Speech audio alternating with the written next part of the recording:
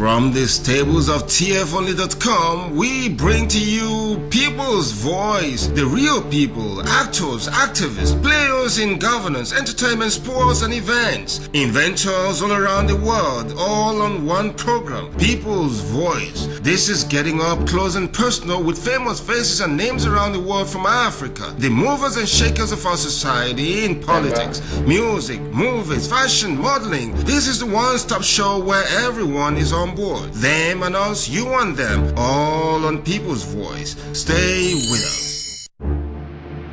Hello, my name is Benson Mbaike, and we're bringing to you the maiden edition, the very first one of its kind. This is People's Voice, a political rendezvous around Imo State. We just want to go ahead and talk with the very political wigs, the people that are actually making things happen in this state.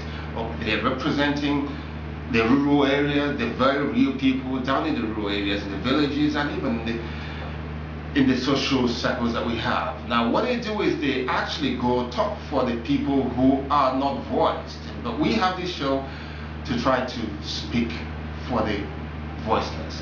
Now, what are we saying? Now, we have, for the very first time, an honorable member representing Ehime Mbano. Ehime Mbano is one of the local government areas in Imo State. The very gentleman representing that area of Imo State, we're about to talk with him. He's about 2 years plus in the office now, representing the House of Assembly. That is what we're saying. And his name is Honourable Dimaku. Please, sir. Good evening, my dear. How are you doing? All right. I must say, I am enjoying your office so far. It's a beautiful place you got out here. Thank you. All right. This is People's Voice. It's a political talk that we put together to try to, get to talk with you, to say to the people in what's going on in the government. You are somebody representing some other people. So we meet you proper as a representative. Thank you. These are my full names, Honourable Dimaku. I represent the good people of Ehime Mbano State Constituency in the Imo State House of Assembly. I'm actually from Abaja, Umima Abaja in Ehime Mbano. Abaja is made up of 11 villages, and my own autonomous community is called Nano, which is made up of 4 villages. Married man, happily married to my lovely wife, Gloria Dimaku. We have 2 wonderful kids, Chukwemeka Dimaku and Chinyere, very blossom Dimaku. By profession, I'm a technologist by profession. Right. I studied physics with engineering production under the Institute of Science Technology, the Federal University of Technology, Owerri Futo. I passed out with HND in that field, specializing in production engineering. So by profession, I'm a technologist. All right. But that is what I did as education. When I graduated, I moved abroad, worked for a while, and veered into my own business. I own a company. Immediately I got elected, I moved the directorship to my wife. But I ran a company called Can Services Limited. We are providers of labor for hospitals, for hotels, and there was a time I had up to 200, 250 staff under my portfolio. Really? Both white and black. That is in this country? No, in UK. In UK, yes.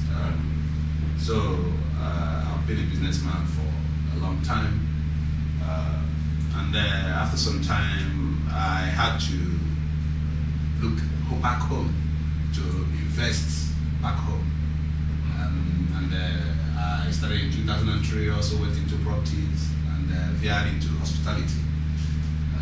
Established a hotel in 2007. Before now venturing into politics. So that has been my life, long and short. I came from a Christian family. Okay. But as a young man, you do a lot of things while growing up. But I would say as of 1994, I actually got back to God. And since then, I've been with God. And God has been with me. When I was asked to come into politics, I never dreamt of it. I never thought of it. In fact, I came in 1 year to the election. If you're watching, this is tfunny.com, and we're doing this political talk for the very first time I told you, and this is a political rendezvous. And like you listened, you heard the Honourable Member of the House representing Ehime Mbano, okay? The chain of things he's done in the past, businesses and managerial, whatever he did in the past, but packaged together now to serve his own people. That is giving back to society. We'll come back and we'll get to know a little bit more about him.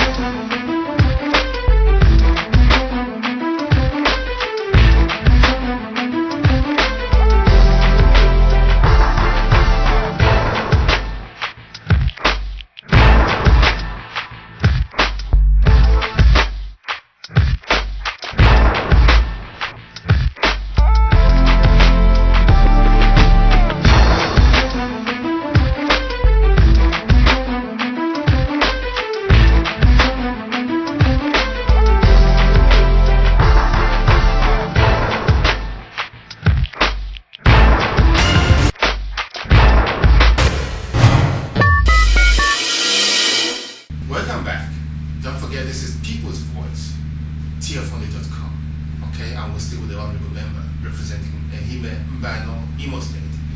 Sir, back to you again. I just want to know, people, of course, your people, everybody, they want to know how it has been so far, the race or your activities at the House. You know, this is about 2 years now? Yes. Yeah. So, how has it been? Good. I would say precisely it's almost 2 years we've been in office. It's been a wonderful experience for someone who has not practiced active politics to venture into politics, win, and now represent his people. You know, what actually happens is that when you represent a constituency, because not everybody will come up to speak. So the whole people of your constituency have given you their voice. So, and I have always tried my best to represent my people the best way I can. Like I said earlier, I must impact on the life of people. If I fail to do that, then I fail in my duty. So it's been a very rough terrain. Sincerely, the political terrain here in Nigeria is quite different from the political terrain abroad, where I lived for a while. And I have tried to maneuver. It was really tough. I'm always a straight talker. I'll tell people the way it is. People may not like it, but that is me, and I can't change. Because I believe when I was called up to represent my people, there must be a reason why I was called up. And that reason must show, must manifest in what I do. Yeah. And I have, to the best of my ability, to the best of my knowledge, I believe I have done that very well.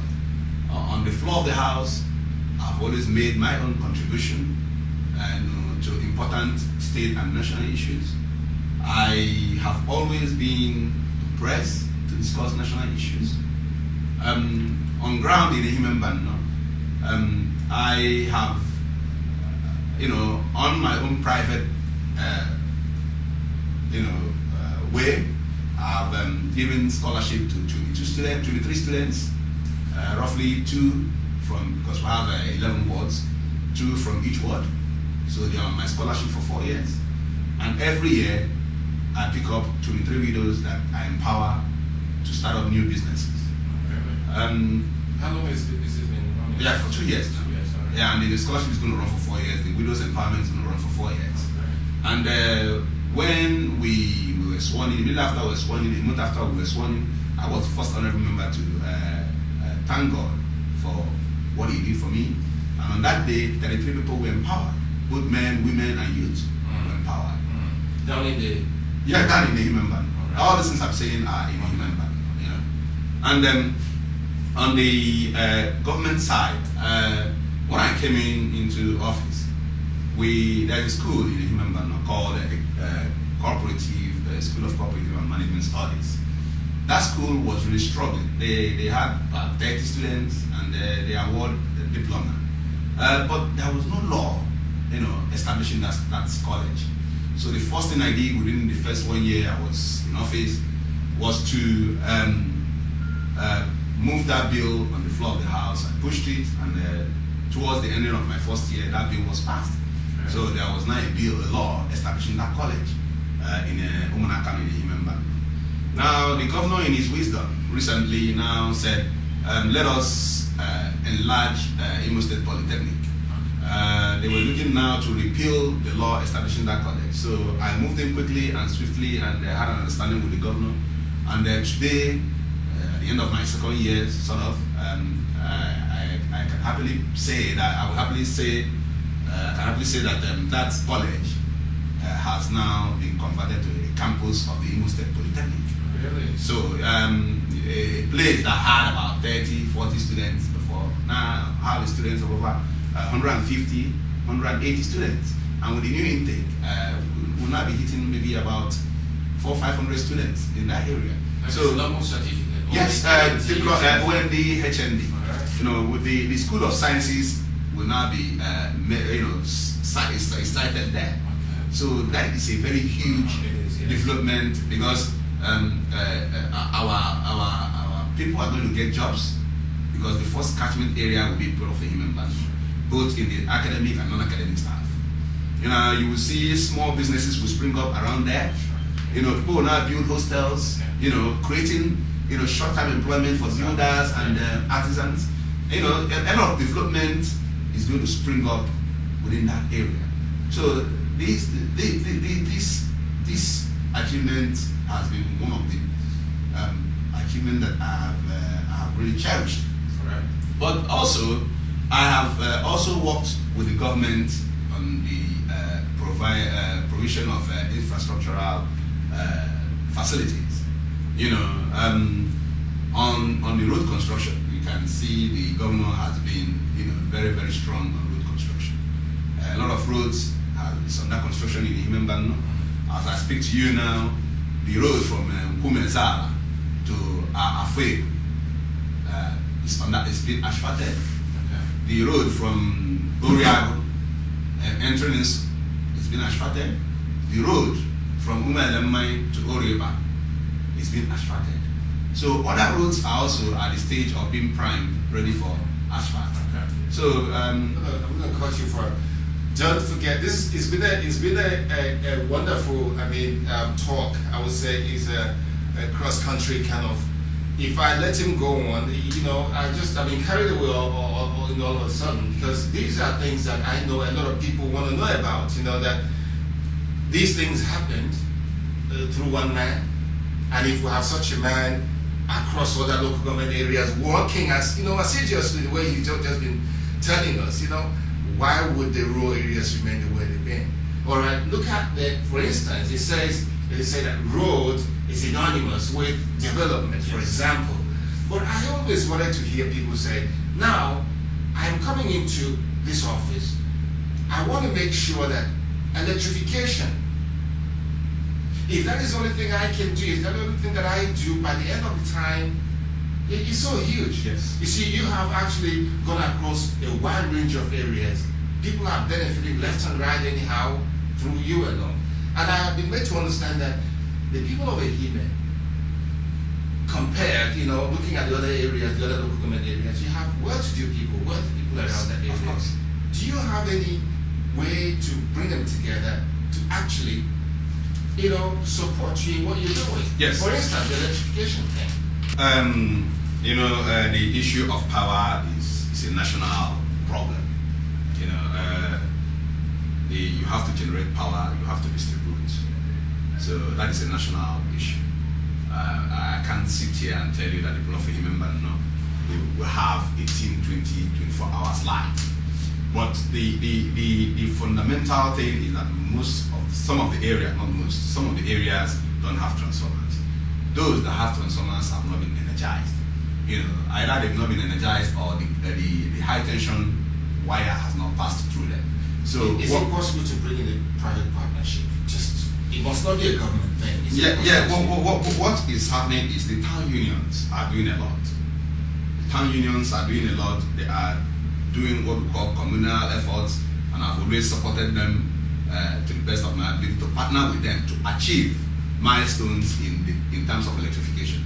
When I came into office, the leaders were not talking to each other.